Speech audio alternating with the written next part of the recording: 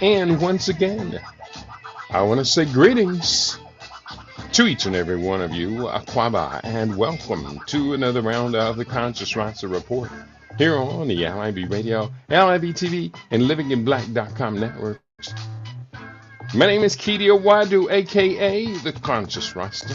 Weekday mornings, you and I get together live. We come at you from 9 a.m. Pacific time. That's 12 noon Eastern time, 5 p.m. GMT, and 7 p.m. East Africa time. We get together with you and we deal with culture, consciousness, historical perspectives. We deal with entertainment, economics, education, health, labor, law, politics, religion, family, conflict, future studies, Pan-African affairs, sovereign and sustainable development, all areas of human interactivity and development. Today's date is Tuesday, the 1st of April, the year 2025 in the Western calendar. This corresponds to the year 6265 in the Kemetic calendar, to which we have realigned our cultural clock. Ain't no fools around this April around here. This is LIB Radio, LIB TV, and livinginblack.com. It is an honor. It is a pleasure to be with you today. Speaking kind of fast because I'm catching up with myself. It's been a good morning here. I've been doing some really, really good and intensive research. Let's go right into the program because we're going to need plenty of time to get through as many as 2 chapters of the upcoming book, A Year Against Cancer. Today on LIB Radio, as we advance through this collection of studies that are aimed at providing a solid comprehension of the multitude of mechanisms that lead to a cancer diagnosis and resultant oncogenic pathologies, it is as if we have opened up the proverbial rabbit hole that just keeps taking us deeper and deeper. Such an ever-expansive trail of increasingly subtle biochemical discoveries was my intention all along. Where in the cell did this cancer pandemic come from? Where in the cell did this cancer pandemic come from? That's the first chapter we're going to be dealing with today. And the second chapter is the 12 most common cancers. 12 most common cancer diagnoses. So let's go into the subject of where in the cell did this cancer pandemic come from. I welcome you, our listening audience, wherever you're tuned in from. You do matter. You are an important component of what we do around here. So please do, if you feel the motivation, drop a like, drop a comment, say greetings to the rest of the family who tune in along with you on a regular basis. I am, because we are Ubuntu. I greet you all every day. Some of you greet me as well. And that's a very, very beautiful, very concerned, conscious, empathetic position that you take.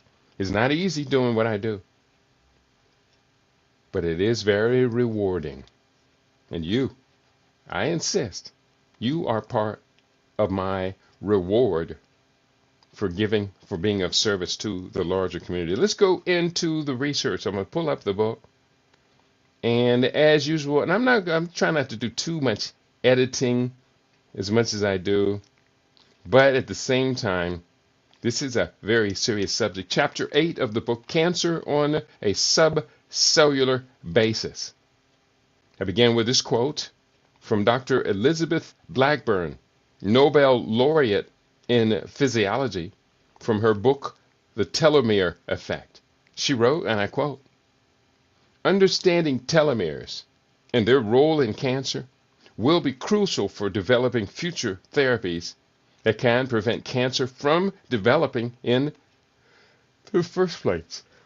Oh, a yawn catches you right in the middle of a sentence. I'm going to repeat her quote because it's too important to ignore, overlook, or make a joke through. Dr. Elizabeth Blackburn, Nobel laureate in physiology, wrote, "Understanding telomeres and their role in cancer will be crucial for preventing future therapies, for developing future therapies that can prevent cancer from developing in the first place? Well, that's what this book is about.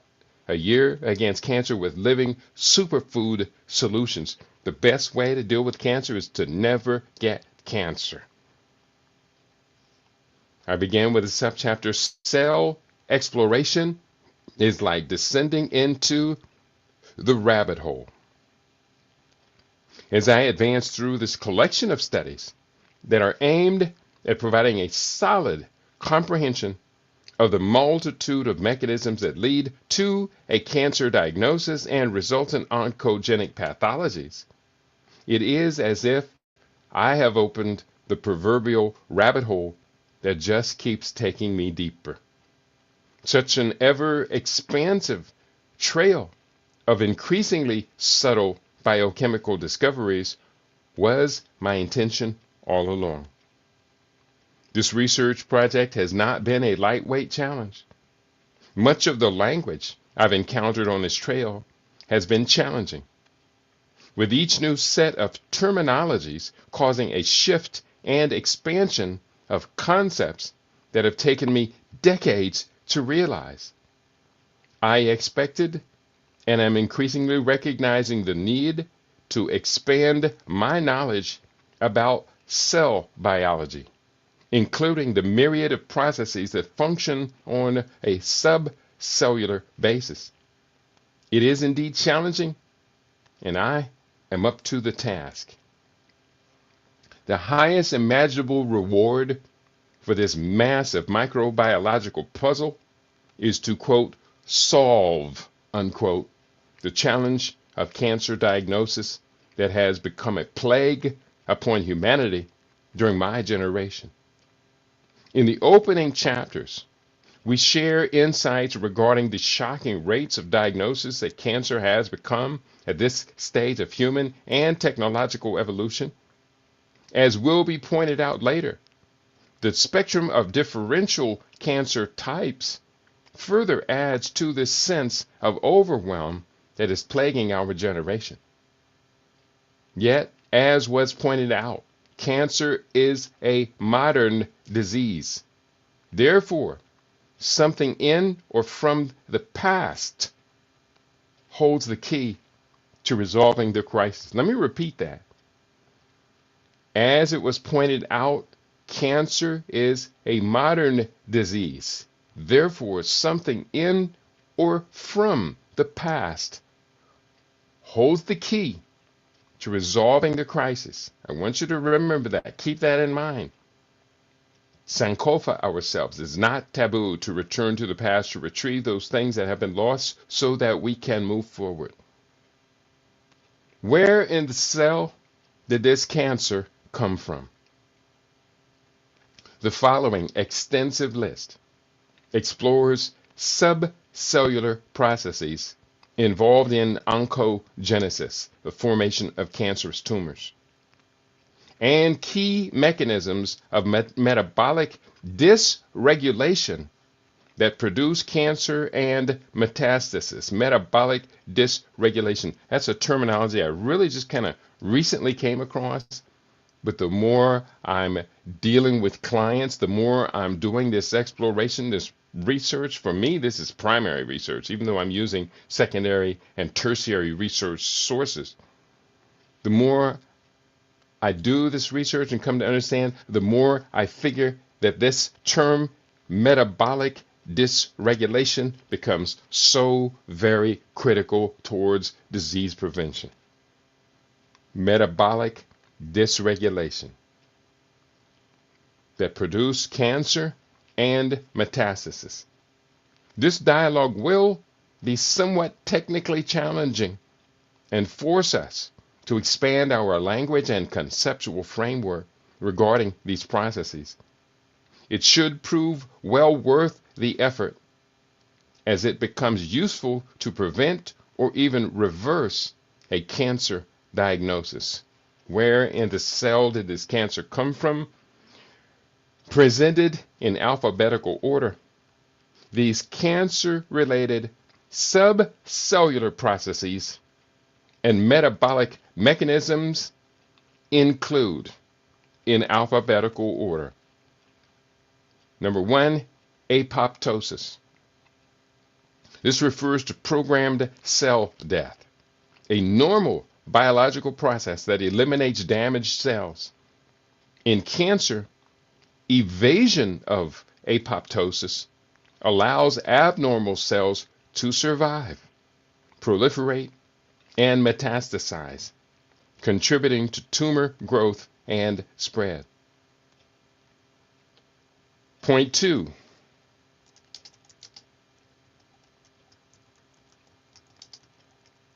Point 2, autophagy. Again, these are in alphabetical order. Autophagy can suppress tumor initiation by removing damaged organelles. However, it may promote survival and metastasis in established cancers by supplying recycled cellular residues, cellular debris, as nutrients, thereby supporting mutated cells' adaptation to stressful environments. Number 3, cell membrane. Proteins on the cell membranes play a crucial role in metastasis. For example, integrin beta 1 is expressed at higher levels in metastatic cancer cells and is involved in the process of cancer spreading. Changes in receptor expression and signaling pathways impact cancer cell communication. The membrane contains receptors and proteins that mediate signaling pathways. Alterations can affect cell communication, cause membrane composition changes, alter cell motility, and influence invasion. Number 4, centrosomes. These cellular organelles organize microtubules and are involved in cell division. Abnormalities in centrosomes can lead to genomic instability, a hallmark of cancer. Number 5, and all of these terms, there's quite a few of them, all of these terms relate directly to subcellular processes that form cancer, as well as destabilization or dysregulation of metabolism that can lead to cancer. All of these. We're up to number 4, centrosomes. And we said centrosomes. Number 5, cytoplasm. The cytoplasm is the semi-fluid substance of a cell that is external to the nuclear membrane and internal to the cellular membrane. The cellular membrane contains all of the different parts or organelles within a cell. But the nuclear membrane surrounds the genome, the DNA, keeping it distinct from, although interacting with, the other organelles within the cell. The cell is incredibly complex. Trust me, a single human cell, we have 50 trillion cells in our body. A single human cell is far more complex and complicated than the most sophisticated luxury automobile on the highway. Subcellular structures, that's what we're talking about. Cytoplasm, it contains various components that can become involved in the metastatic process, that's the spread of cancer, such as the enzyme ecto5NT, which is expressed at higher levels in metastatic cancer cells than in non-metastatic ones. Number 6, cytoskeleton. Composed of microtubules and intermediate filaments, important for cell shape, movement, and division. Alterations in actin filaments and microtubules affect cell motility and invasion. The cytoskeleton provides structural support and is crucial for cell movement and shape changes during metastasis. Okay, Let's keep going. Number 7, endoplasmic reticulum. Now, this might sound complicated. It's not so complicated. Endoplasmic reticulum is very, very, very important. Among other protein management functions, the endoplasmic reticulum is a key mechanism for synthesizing proteins. Stress in the endoplasmic reticulum is a key mechanism is a stress in the ER, and unfolded protein responses are linked to cancer cell adaptation and progression. Endoplasmic reticulum. It's the part of the cell that synthesizes proteins. This is where molecules come from. Number 8, eukaryotes and prokaryotes. Eukaryotes, oxygen-dependent aerobic cells, particularly human cells, can develop cancer through genetic mutation and dysregulated cell processes. Prokaryotes, which are anaerobic, non-oxygen dependent, such as certain bacteria, can contribute to cancer by inducing chronic inflammation or producing carcinogenic substances. Both can influence the tumor microenvironment, promoting metastasis through interactions that alter immune responses and cellular behavior. Nobel laureate Dr. Otto Warburg proposed that cancer cells preferentially use glycolysis for energy production, even in the presence of oxygen.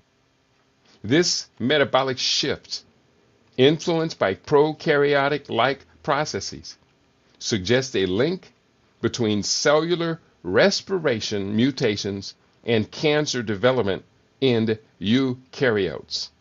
Very important. I covered that in part in the book Living Super in Paradise. Chapter 4 was called The Logical Basis of Chronic Disease. I covered 4 chronic diseases: cardiovascular disease, cancer, diabetes, and overweight obesity. The logic that's there.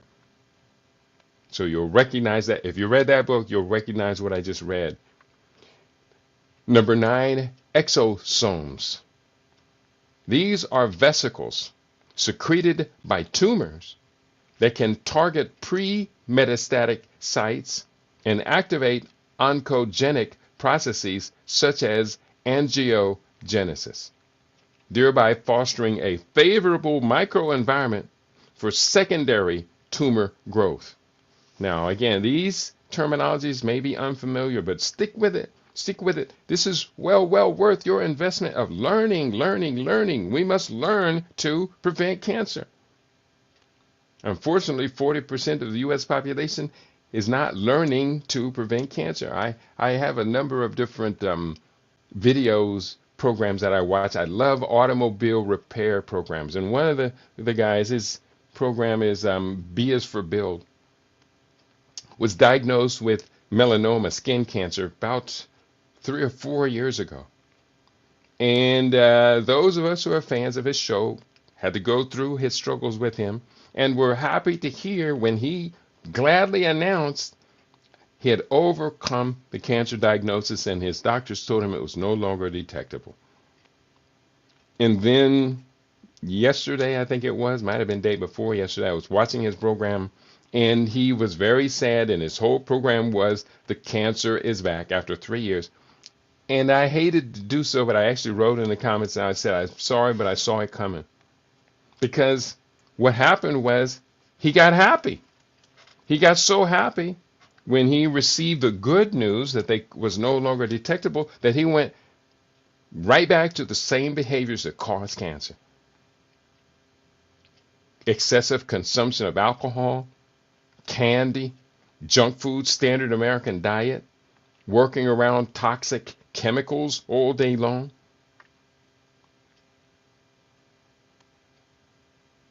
Can we do better than that?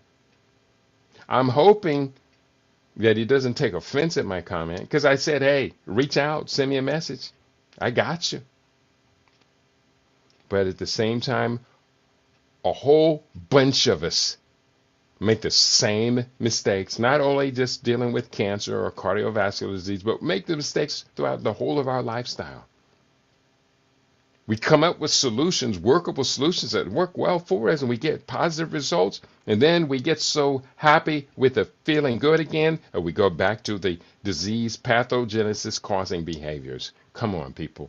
Let's chill on that behavior. We're continuing. We'd love to hear from you today, our listening audience. If you're in the house, drop a word, send a signal, let me know you love me, because I love you back. Number 10, extracellular matrix. Although not a subcellular component, the extracellular matrix interacts with cancer cells and influences their behavior, including migration and invasion. The remodeling of extracellular matrix facilitates metastasis. And many of these cellular processes, we're talking about subcellular, but many of these cellular processes we're talking about occur on the cell membrane, which is a part of the cell. It is the interface between the cell and the epigenetic environment outside the cell. Number 11, gene mutation. Gene mutations disrupt normal cell functions, leading to uncontrolled proliferation and survival. These alterations can promote tumor formation and metastasis by enabling invasive behaviors and resistance to therapies, including the body's natural cell suppression mechanisms. That's part of the immune system, including the body's natural cancer cell suppression mechanisms. Because most people don't realize, it's not taught, that most adults have cancer cells circulating within our bodies, but every day, all day long, the body deals with these mutated cells. That's what apoptosis and autophagy is all about. There are other processes there, but those are supposed to just take care of this stuff every day, all day long, as many as 300 million times a minute. Autophagy is your friend. Number 12, the Golgi apparatus. Golgi, the Golgi apparatus modifies and packages proteins and lipids and can influence tumor growth. The Golgi modifies and sorts proteins and certain changes in glycosylation patterns can affect cancer cell behavior and promote metastasis. Let me reread that. The Golgi apparatus modifies and packages proteins and lipids and can influence tumor growth. The Golgi modifies and sorts proteins and certain changes in glycosylation, that's a word. Certain changes in glycosylation patterns can affect cancer cell behavior and promote metastasis. And again, this language is a little bit tough. There's one word in here, I think I'm going to be coming to it very shortly. It's like 11 syllables. I danced with that one quite a few times. Here we go. Number 13, histones. These are subcellular processes, histones. Histones are essential proteins found in the nuclei of eukaryotic cells that play a crucial role in the organization and regulation of DNA. Alterations in histone modifications, such as H3K4 methylation and H3K9 methylation, are observed in metastasis compared to matching primary tumors. These modifications may allow the proliferation and survival of disseminated tumor cells in distant organs. Again, these histones are part of the nucleus, but we find is that they show up in distant sites, distant locations, as opposed to the primary, matching primary tumor. So this is the process by which cancer cell metastasis takes place. Number 14, integrin beta 1 receptor, also known as CD29, is a cell surface receptor that forms collagen receptors and plays a role in oncogenesis by modulating cell growth, migration, and signaling pathways, contributing to tumor progression and resistance to therapies. Number 15, intracellular parasites. Intracellular parasites can manipulate host cell signaling and immune responses, promoting inflammation and cellular changes that facilitate cancer development and metastasis, often by inducing genomic instability and altering cell behavior. Number 16, lipid rafts, RAFTS. Lipid rafts. These are microdomains in the plasma membrane that can contain important proteins like ecto-5-NT, which is a glycosyl phosphatidyl inositol. There it was, 11 syllables. That contain important proteins like ecto-5-NT, which is a glycosyl phosphatidyl inositol, GPI, anchored component, and an enzyme involved in the metastatic process. Lysosomes, and I almost want to say glycosyl phosphatidyl inositol again and again until I get it right. 11 syllables right in a row. Lysosomes, number 17. Dysregulated autophagy and lysosomal activity are associated with cancer progression. Dysregulation in degradation processes, that's autophagy, can contribute to cancer cell survival and metastasis. It's involved in the degradation and recycling of cellular components. Lysosomes influence cell survival and invasion by releasing enzymes. And where it says involved in the degradation and recycling of cellular components, I should say involved in autophagy and apoptosis. Involved in autophagy, AUTOPHAGY, and apoptosis.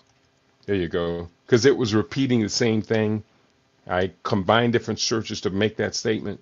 So rather than repeat, let me just link it to what we said earlier, because they are essentially the same processes. Lysosomes, number 17. Number 18, mitochondria. Involved in energy production. Altered metabolism is common in cancer cells. Changes in energy metabolism and reactive oxygen species production facilitate cancer cell survival. Mitochondria are involved in energy production and metabolism. The altered metabolism, the Warburg effect, is a hallmark of cancer cell pathology.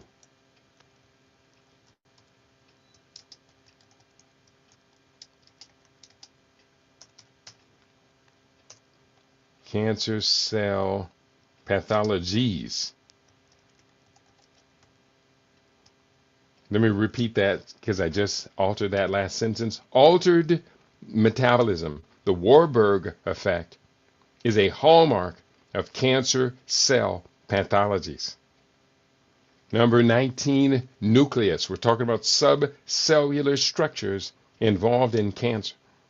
The nucleus contains a genetic material that can be altered, leading to uncontrolled cell proliferation and the formation of tumors. These genetic changes can also contribute to the metastatic process. Mutations in DNA and alterations in gene expression drive cancer progression. It contains genetic material, DNA, that can undergo mutations leading to cancer. The cell nucleus regulates gene expression and cell cycle progression. Number 20, peroxisomes. Peroxisomes are cellular organelles that are involved in lipid metabolism and detoxification and can affect oxidative stress responses in cancer cells. Number 21, plasma membrane proteins. These proteins are responsible for cell-to-cell and cell matrix adhesions, which are important during metastasis. Examples include NDRG1, which may be involved in metastatic suppression or promotion, depending on its localization. Number 22, PKC iota. This protein kinase enzyme is involved in signaling pathways that upregulate EMT in melanoma, thereby directly stimulating metastasis. Number 23, signaling molecules. These include growth factors, cytokines, and hormones that can promote proliferation and survival.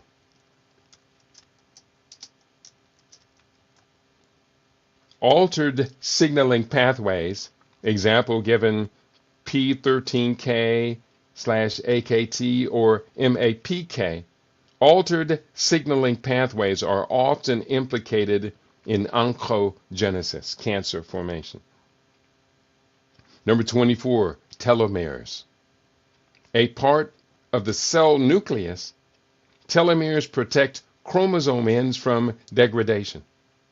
In cancer, they often shorten due to cell division. This instability can lead to genomic alterations, promoting tumorigenesis and metastasis. Number 25, vesicles. These are transport proteins and other molecules within the cell. They play a key role in intercellular communication and the secretion of factors that promote metastasis.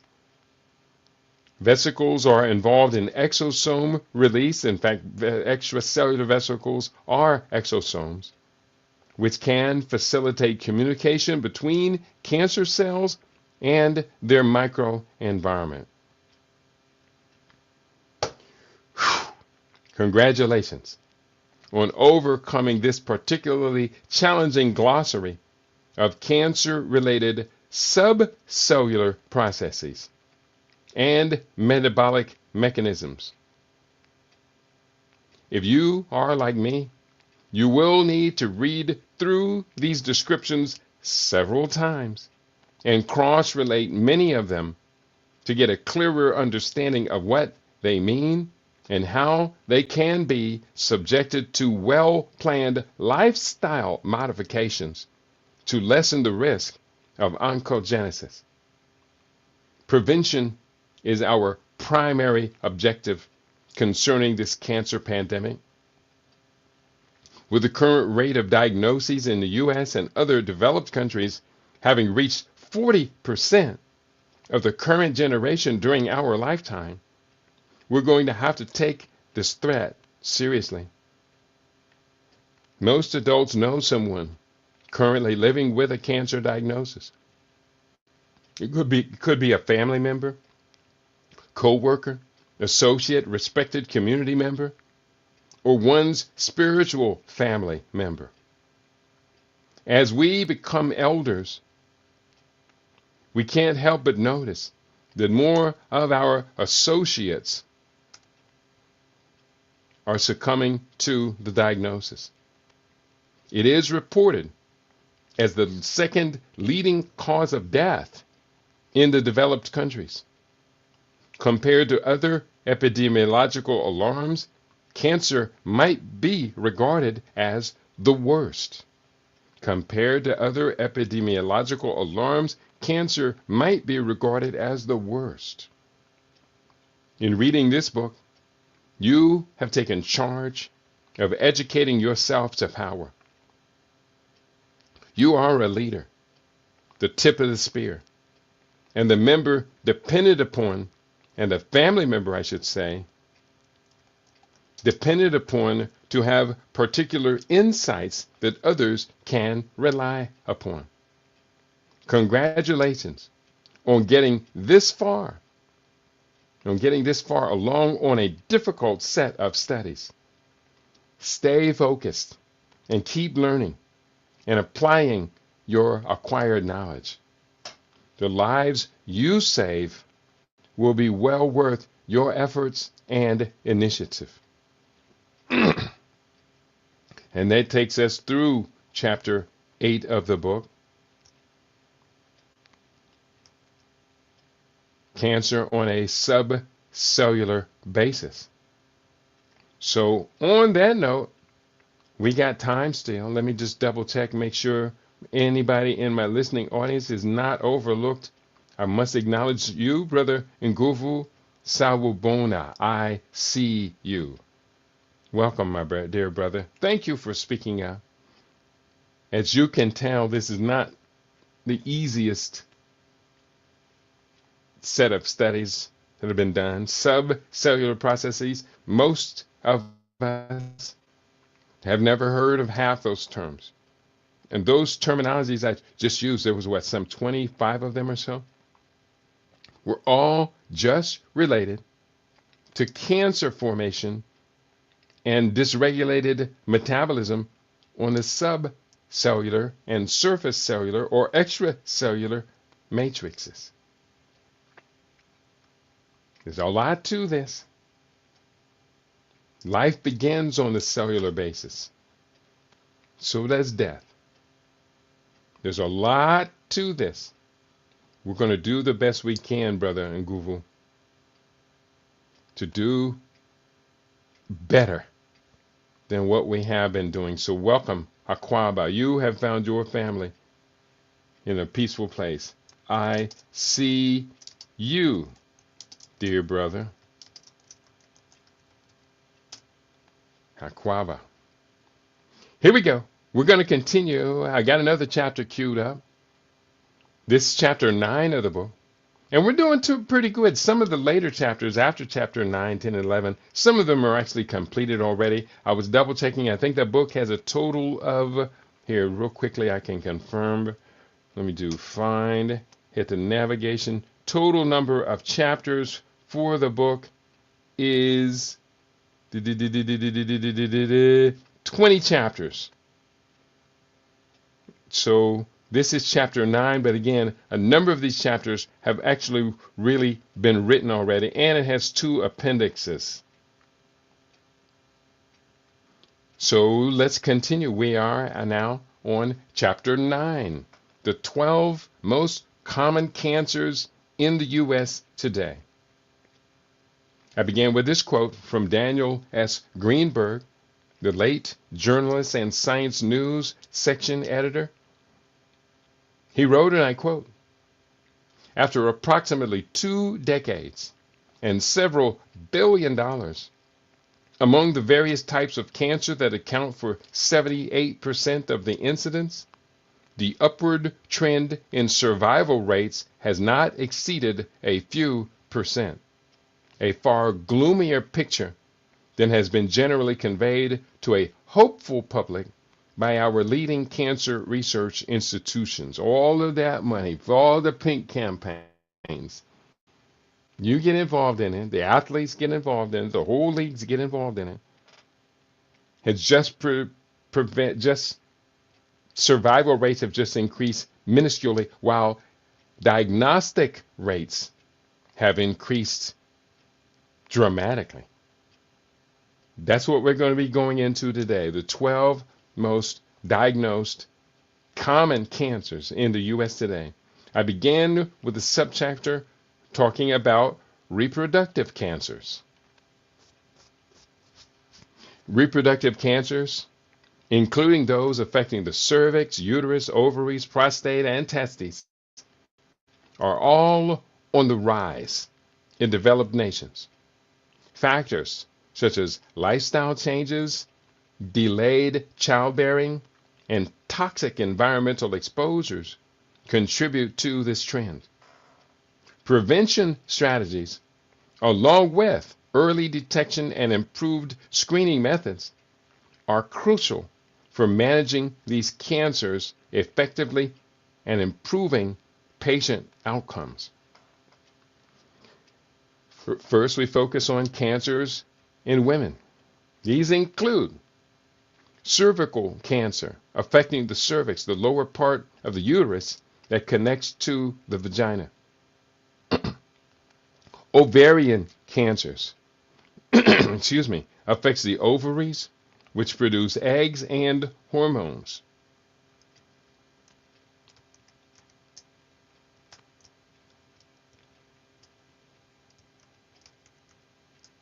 Uterine cancer, endometrial cancer is also known as, affects the lining of the uterus, the endometrium. Vulvar cancer affects the external female genitalia, including the clitoris, vaginal lips, and the opening of the vagina. And vaginal cancer affects the vagina, the muscular tube that connects the cervix to the outside of the body. Fallopian tube cancer, a rare cancer that affects the fallopian tubes which connect the ovaries to the uterus. What are the various cancers in men? The one we hear the most about is the most common, prostate cancer. Affects the prostate gland, which is part of the male reproductive system and produces seminal fluid. Number 2 on the list, testicular cancer, affects the testicles, which produce sperm and the hormone testosterone. And penile cancer affects the penis, the external male genital organ. Those are reproductive cancers in women and in men. Digestive tract cancers. Digestive tract cancers affecting organs such as the esophagus, stomach, colon, rectum, and pancreas are becoming increasingly prevalent in the U.S. Many factors, including the rapid increase in overweight and obesity, the poor quality of the standard American diet, increasingly sedentary lifestyles, sometimes referred to as, quote, the new smoking, unquote, because of its negative impact on health, and the aging baby boom population bubble all contribute to this rapid rise. Now, 1 second here. Let me just clear my throat.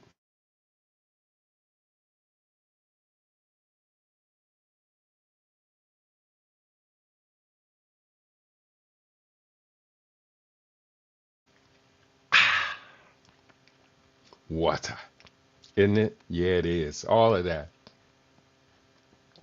Cancers of the alimentary canal, or as Lou Rawls called it, from the rooter to the tutor. I got to put that in here. You know me, I can't help myself. From the rooter to the tutor.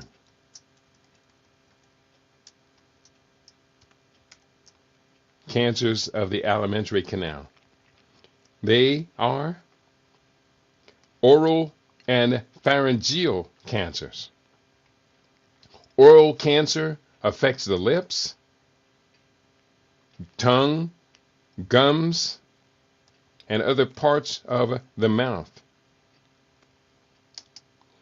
And bear with me. Oral cancer affects the lips. Let me get this right. Oral cancer affects the lips, tongue, gums, and other parts of the mouth. Pharyngeal cancer affects the pharynx, the throat,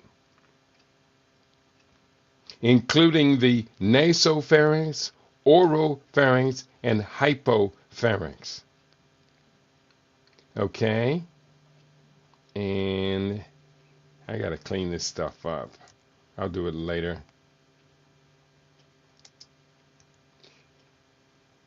Esophageal cancer affects the esophagus, the muscular tube that connects the throat to the stomach. Stomach or gastric cancer affects the stomach, the muscular sac that helps digest food. Small intestinal cancer affects the small intestine, which includes the duodenum, the jejunum, and ileum. Colorectal cancer. Colon cancer affects the large intestine. Rectal cancer affects the rectum, the last several inches of the large intestine. Anal cancer affects the anus, the opening at the end of the rectum through which stool leaves the body. Pancreatic cancer affects the pancreas, the organ that produces digestive enzymes and hormones like insulin.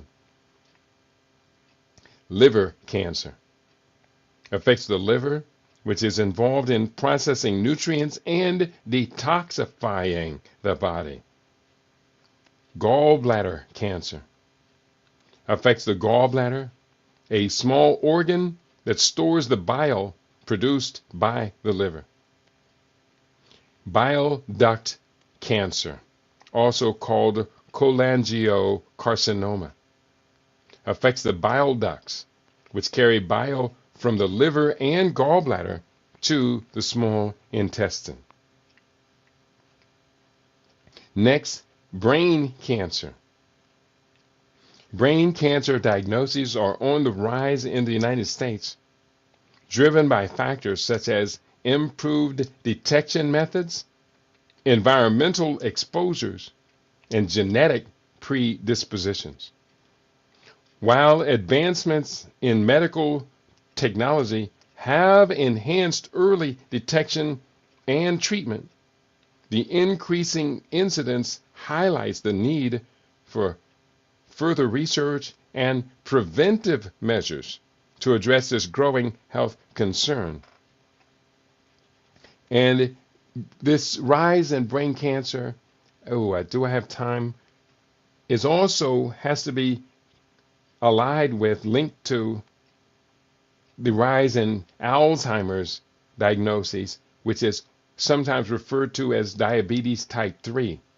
I should say there is a link. There is a link to the pro-inflammatory processes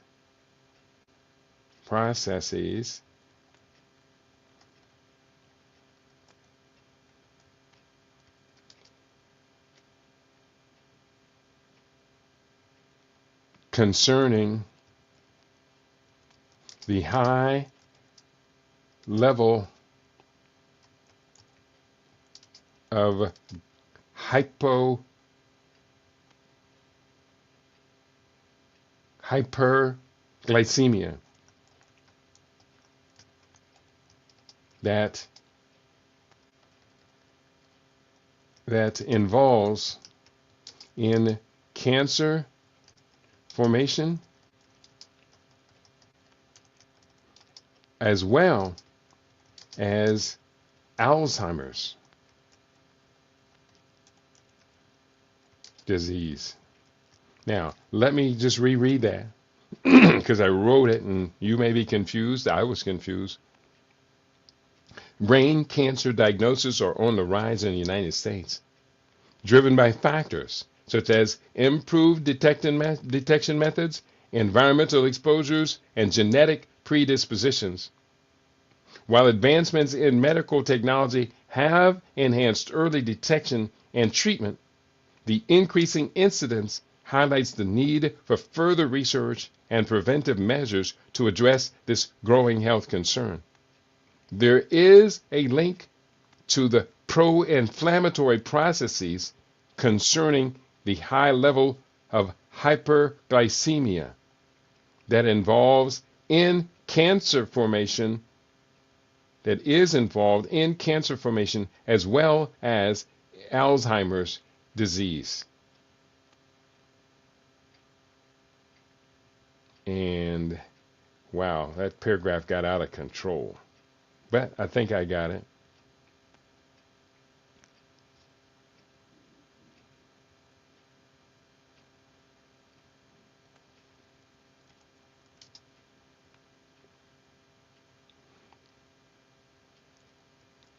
Okay, I'll come back and clean that up later. Here we go. Blood cancers. And reason I'm having all these respiratory challenges today, this is the time of the year in Las Vegas when the desert winds are at their maximum. Yesterday was buck wild. Yesterday was one of them days where you had to go out and look around the yard, what's not secured, what's blowing around, because stuff was taking off.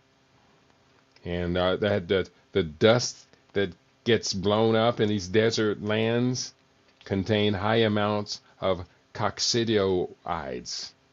These are bacteria for which it's known black people are particularly susceptible to coccidioidomycosis.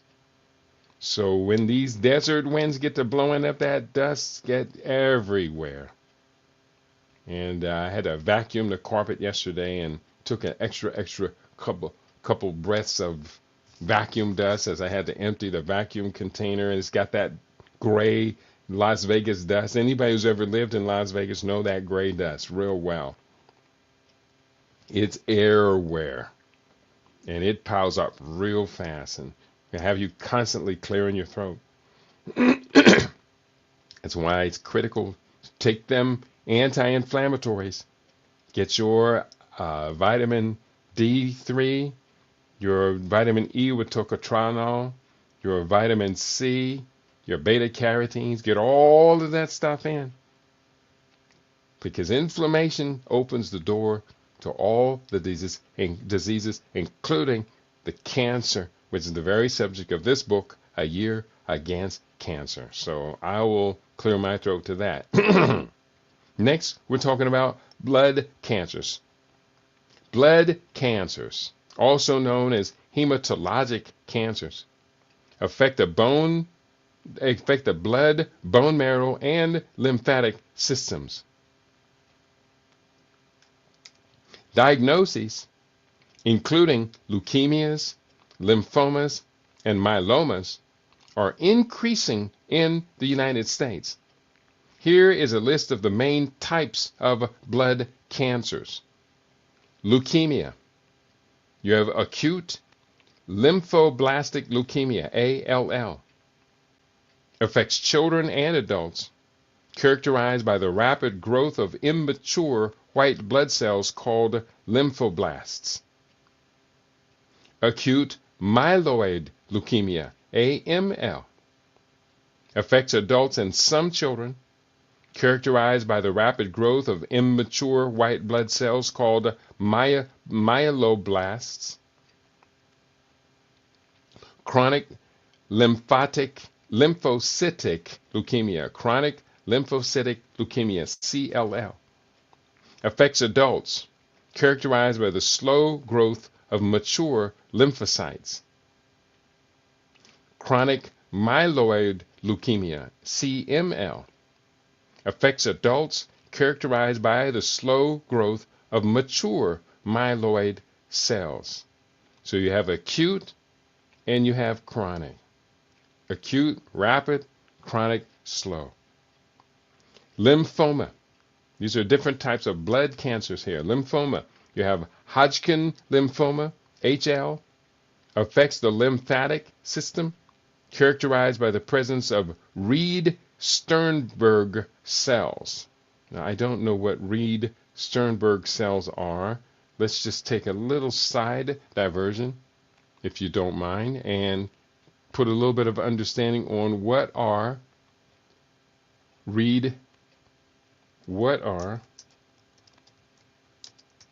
Reed-Sternberg cells and their function. That's a good question. Let's go to Copilot, and we didn't even need to go there. Let's just go back to Sternberg. I said Steinberg. Reed-Sternberg cells are distinct giant cells found in biopsies from individuals with Hodgkin lymphoma. They're usually derived from B lymphocytes and have a particular morphology and immunophenotype. These cells are rare and make up less than 1% of lymphoid tissue. They play an important role in the diagnosis of Hodgkin lymphoma. Very important. I don't need all of that, but I do want to take just a little bit of that and add that to my definition. And let's do that. And I'm going to put that in parentheses, the presence of Reed-Sternberg cells. Bear with me as computer decides I'm going to get slow while you're doing this. Well, you do what you got to do. I'll do what I got to do. And in the end, I'll be the one to pay the electricity bill. So let me read that definition again. We're talking about lymphoma. Hodgkin lymphoma, HL, affects the lymphatic system characterized by the presence of Reed-Sternberg cells. These are distinctive giant cells found in biopsies from individuals with Hodgkin lymphoma. Non-Hodgkin lymphoma affects the lymphatic system, including many subtypes, each with different characteristics and behaviors. Next, myeloma. Again, still under the category of blood cancers. Multiple myeloma affects the plasma cells in the bone marrow, characterized by the overproduction of abnormal plasma cells that can form tumors in the bone. Then you have myelodysplastic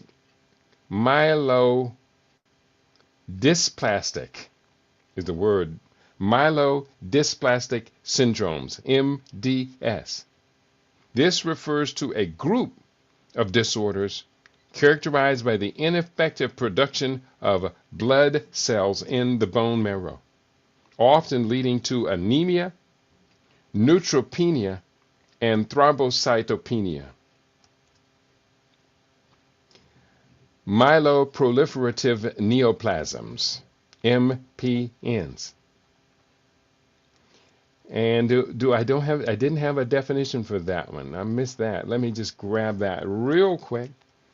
And real quick search engine. And it'll give us a description. Myeloproliferative neoplasms. And it is searching. There are a group of rare blood cancers that occur when the bone marrow produces an excessive number of blood cells, including red blood cells, white blood cells, or platelets.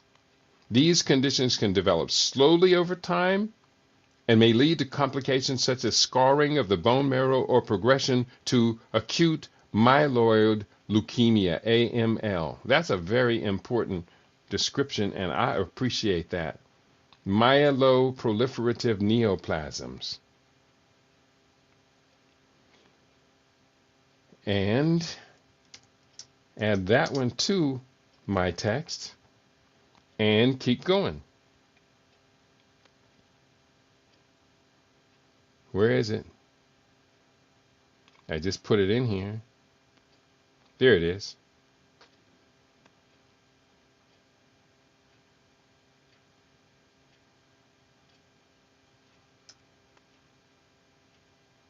Okay, got it. Next, polycythemia vera, PV, characterized by the overproduction of red blood cells. That was just described in the myeloproliferative neoplasms. So that was included there. No need to expand that explanation. Essential thrombocythemia. Essential thrombocythemia, characterized by the overproduction of platelets. And that was in the previous one as well. And then primary myelofibrosis, PMF, characterized by the overproduction of fibrous tissue in the bone marrow, leading to reduced blood cell production. Next, bone cancer. Bone cancer diagnoses are increasing in the United States, affecting both adults and children. Factors such as improved diagnostic techniques, environmental exposures, and I would say toxic environmental exposures, and genetic predispositions contribute to this trend. While advances in diagnosis and treatment have increased survival rates, the ever more rapid rising incidence highlights the need for further research, better preventive measures, and increased awareness to effectively address this growing health concern. And that growing health concern is again of bone cancer. Next on this list, skin carcinomas. The following brief quote from Charlotte Gerson hints at the challenges presented by rising diagnoses of malignant melanoma among vulnerable populations, people with low levels of epidural melanin. Quote, malignant melanoma is a highly dangerous tumor consisting of melanocytes, the melanin-forming cells. It usually occurs in the skin, eye, and mucous membranes, often developing from excessive exposure to sunlight. Spread of this skin cancer to other parts of the body, especially to the lymph nodes and liver, is common. Melanin, or its precursors, melanogens, are excreted in the urine, and the skin may be deeply pigmented. That quote was from Charlotte Gerson, writing in the book The Gerson Therapy, page 137. So, next, let's deal with the section subtitle of this chapter, the increasing commonality of cancer diagnoses. Cancer diagnoses in the United States are increasing in commonality, contrary to the billions of dollars poured annually into cancer-related research and development. Rates of new cancers, or cancer death, I should say incidences, of new cancers or cancer deaths continue rising, especially among women. The most common cancer types include leukemia, brain and other nervous system, and lymphoma. The overall cancer incidence rate is 77.9 cases per 100,000 persons among adults aged 50 to 64. That's 77.9 per 100,000 incident rate. And for all Americans, it is above 40%, slightly higher for men than women. The most common cancer diagnoses in the United States listed from the highest to the lowest are: number 1, breast cancer. It is the most commonly diagnosed cancer among women in the United States, with an estimated 313,510 new cases expected in 2024. Number 2, prostate cancer. It is the most common cancer among men in the United States, with an estimated 268,490 new cases expected to be diagnosed in 2024. Number 3, lung cancer, including bronchus. Lung cancer is the leading cause of cancer death among both men and women in the U.S., with an estimated 236,740 new cases expected to be diagnosed in 2024. Number 4, colon and rectal cancer. These cancers are often referred to as colorectal cancers, with an estimated 152,810 new cases expected in 2024. Number 5, melanoma. An estimated 99,780 new cases of melanoma are expected to be diagnosed in the United States in 2024. Number 6, bladder cancer. An estimated 81,180 new cases of bladder cancer are expected to be diagnosed in the U.S. in 2024. Number 7, non-Hodgkin lymphoma. An estimated 80,470 new cases of non-Hodgkin lymphoma are expected to be diagnosed in the U.S. in 2024. Number 8, kidney cancer. An estimated 79,000 new cases of kidney cancer expected to be diagnosed in the U.S. in 2024. Number 9, endometrial cancer. Approximately 69,120 new cases of endometrial cancer are diagnosed annually in the United States.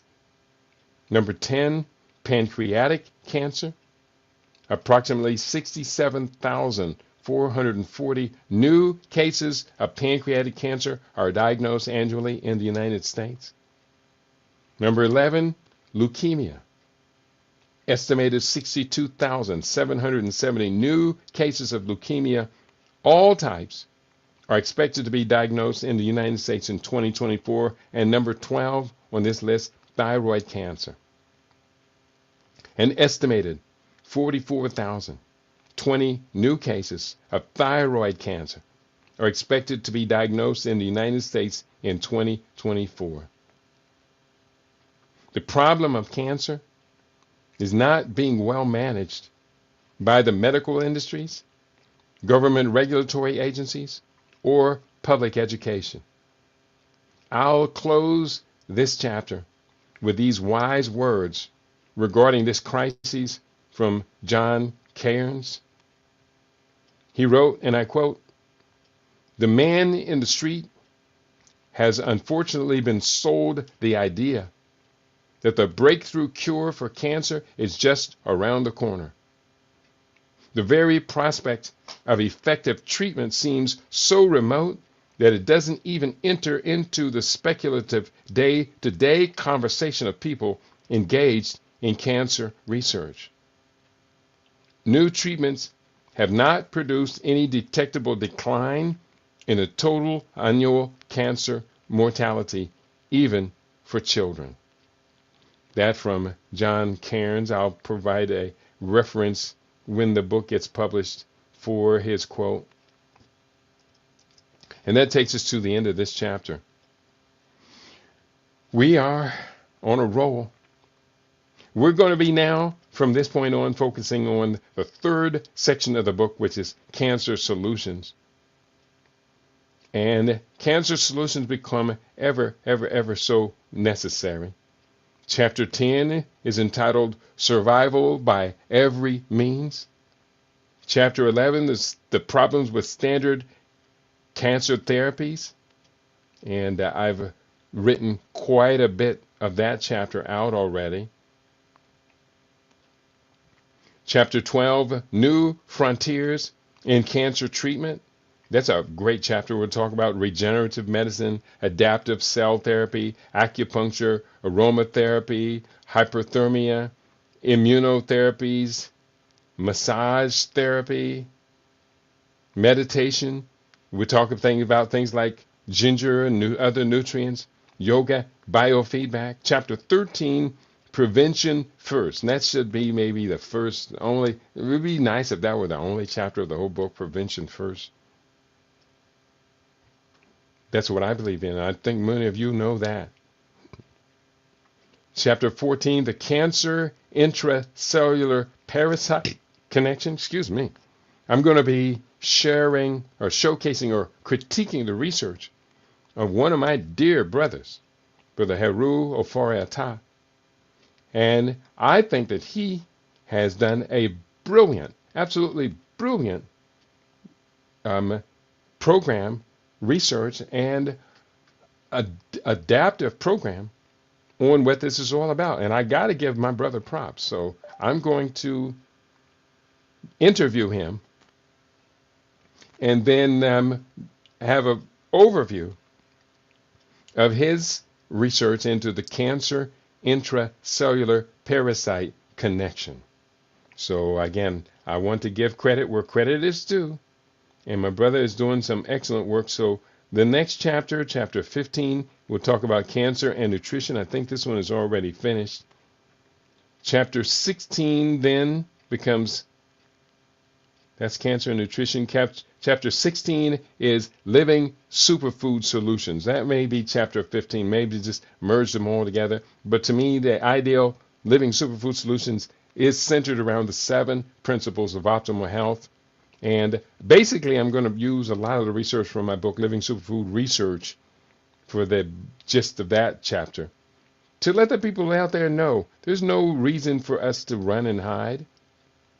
We got to run toward the solution, not hide from those of us who've worked so hard for so long to bring us valuable, viable solutions to these and other challenges. So chapter 18 is entitled Cannabinoid and Cancer Research, talking about the use of hemp products. Chapter 19, Natural Extracts Against Cancer. Chapter 20, Lifestyle Solutions. And chapter 21, I realized I had chapter 14 lumbered twice. Chapter 21, the anti-cancer mentality, which is why I believe you tune into LIB Radio, because we promoting an anti-cancer mentality. 4 Africa 1 has joined us. Hotel Brother Keedy and Global LIB family. Just got in from my steam and sauna day. You didn't invite us. I'm not mad at you, but you didn't invite your brother. I know. There's a big, broad ocean between you and I, but at least the invitation would be nice. Thank you, beloved, for tuning in. It's always an honor and a pleasure to know that you are in the house. It's part of this global family. We are a global family. The book is getting close. I have 17 more days after today to get this book finished. Can I do it? Can I do it? I think I can. The book is getting rather large too. I'm checking right now on the size of the book. It has 177 pages so far, and then there's 4 or 5 whole chapters yet to be written, let alone then clean it all up, rewrite it and from cover to cover, reread it, edit the grammar, get the graphics all set, the typesetting of the book, the artwork, get it all set up, sent to the printer. It's not an easy task, but if you have my book, From Pen to Power, 90 Days to Write and Publish Your Book, then you'll know how I get this done. It's a system.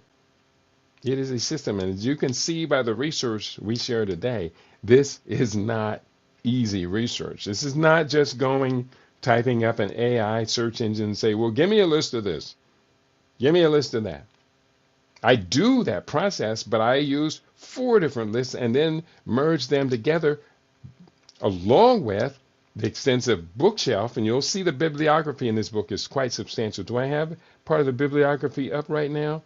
Living Superfood Solutions, Living Superfood Research, Living Superfood Recipes, Longevity, Living Super in Paradise, Cancer, A Second Opinion by Joseph Issels, Oxygen, the Molecule That Made the World by Nick Lane, Silent Spring by Rachel Carson, The China Study by T. Colin Campbell, The Biology of Belief by Bruce Lipton, Calling of an Angel by Dr. Gary Glum, The Gerson Therapy by Charlotte Garrison and Morton Walker are among the many, many books that'll be in this one. I got The Kidney Cancer Miracle. I have The Immortal Life of Henrietta Lacks, The Great Prostate Hoax, I have a whole bunch of books on this set up to be incorporated into this as well. So we're going to do the best we can, including the complete guide to natural healing. That book is going to make it into this one. Cancer 101 Solutions to a Preventable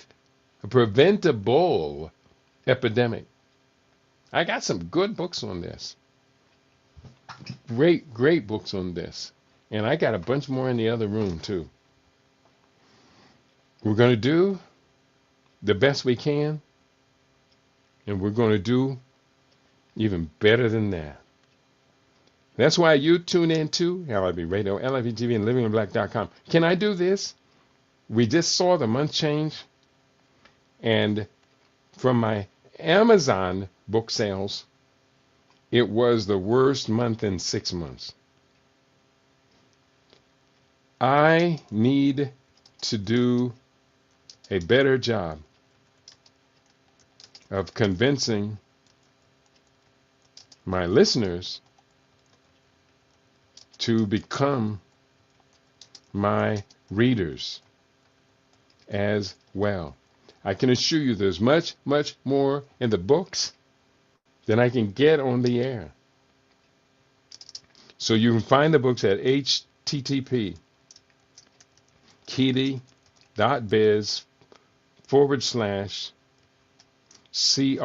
2012.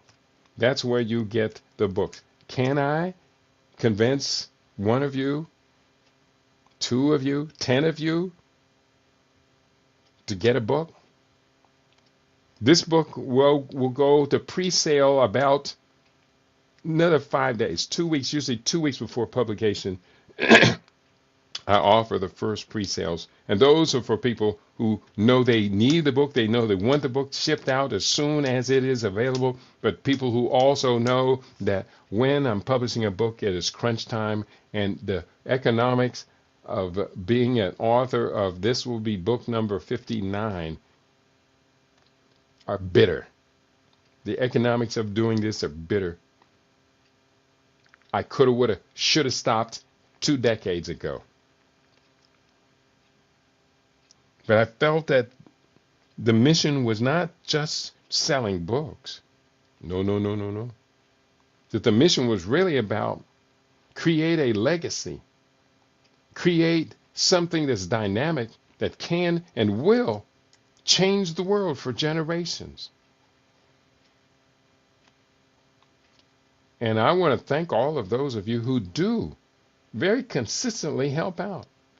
Some of you subscribe, make a monthly donation. I do the best I can to let you know that you are greatly appreciated.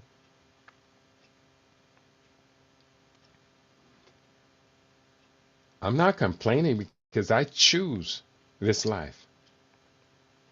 What I am asking is for more people to bring your A game. I'm doing the best I can to bring in my A game. Bring your A game. The world needs your A game.